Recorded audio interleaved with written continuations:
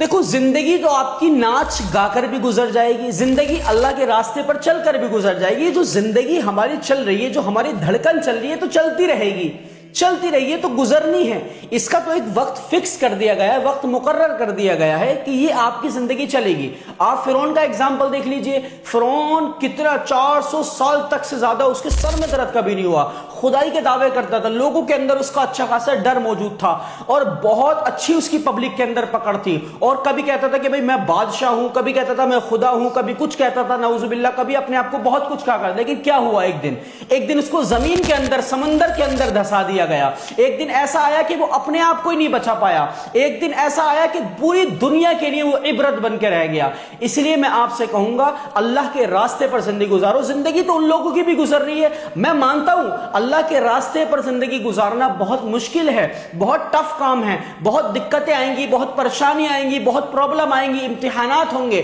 لیکن میں آپ سے کہہ رہا ہوں اگر آپ نے یہ سب چیزیں پار کر کے اللہ کے راستے پر زندگی گزاری، انشاءاللہ العزیز آپ کی دنیا بھی سنور جائے گی، آپ کی آخرت بھی سنور جائے گی، سکون میں زندگی آ جائے گی۔ اس لیے اللہ کی طرف لوٹ کر آئے، میں آپ سے ہاتھ جوڑ کے درخواست کر رہا ہوں اللہ کی طرف لوٹ کر کے آئیں، اللہ سے محبت کریں، نبی کریم صلی اللہ علیہ وسلم کی سنتوں کو اپنی زندگی کے اندر اپنائیں۔